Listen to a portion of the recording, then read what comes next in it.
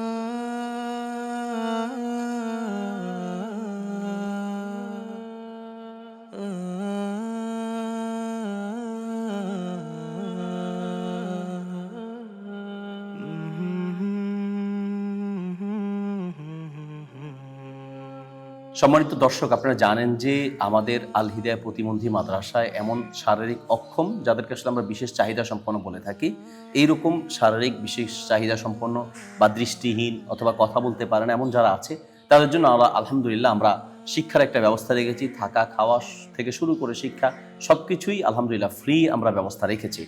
আপনাদেরও যদি এরকম কেউ থাকে, তাহলে তাদেরকে আসলে ভিক্ষার পথে বাড়িয়ে না দিয়ে তাদেরকে আমরা বলবো আমাদের হাতে তুলে দেন। ইনশাআল্লাহ তাআলা আমরা চেষ্টা করব, আল্লাহ সুবহানাহু ওয়া তাআলা যতদিন তৌফিক দেয়, আমরা তাদেরকে আমাদের দায়িত্বে রেখে ভালো আলেম, যোগ্য আলেম, আর না হোক অন্তত দ্বীন ইসলাম মতো চলার মতো করে আমরা ইনশাআল্লাহ তাদেরকে গড়ে তোলার চেষ্টা করব।